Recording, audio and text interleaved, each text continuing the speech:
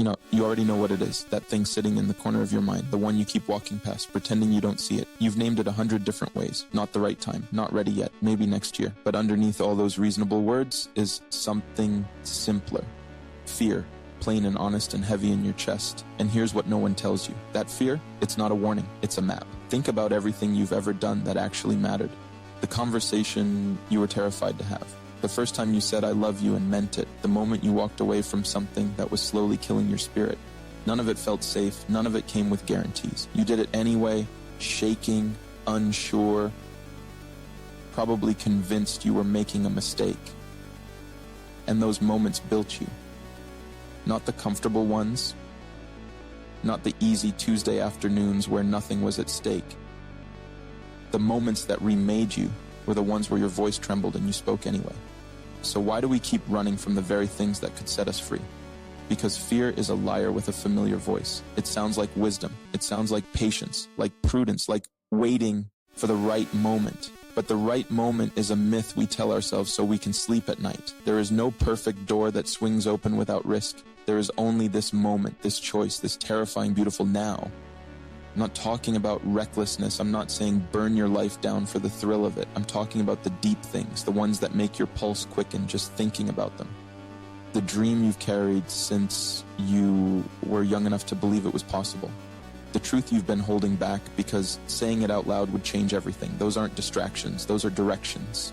Your nervous system can't tell the difference between danger and growth. Both feel like threat, both make you want to retreat to what's known, what's safe, what requires nothing new from you. But staying safe has a price too. It just doesn't send you an invoice until years have passed and you're standing in the middle of a life you never actually chose. You chose comfort. You chose quiet. You chose the absence of fear over the presence of meaning. And maybe that was the most dangerous choice of all.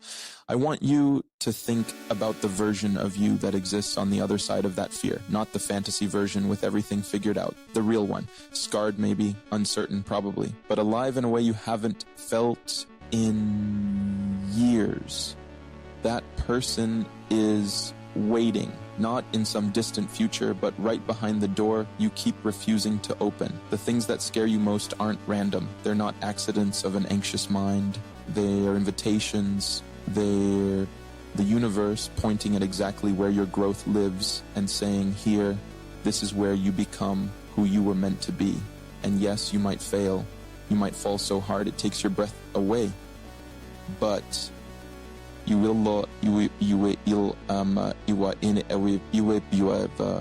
have moved. You will have chosen yourself over your fear, and that changes something inside you that can never be unchanged. So stop waiting for the fear to leave. It won't. Stop waiting to feel ready. You won't. Start anyway. Trembling, uncertain, terrified. That is what courage actually looks like. Not the absence of fear, the presence of something bigger. Something that says, this matters more than my comfort. This matters more than my safety. This matters more than the story I've been telling myself about why I can't. You can. You already know what it is.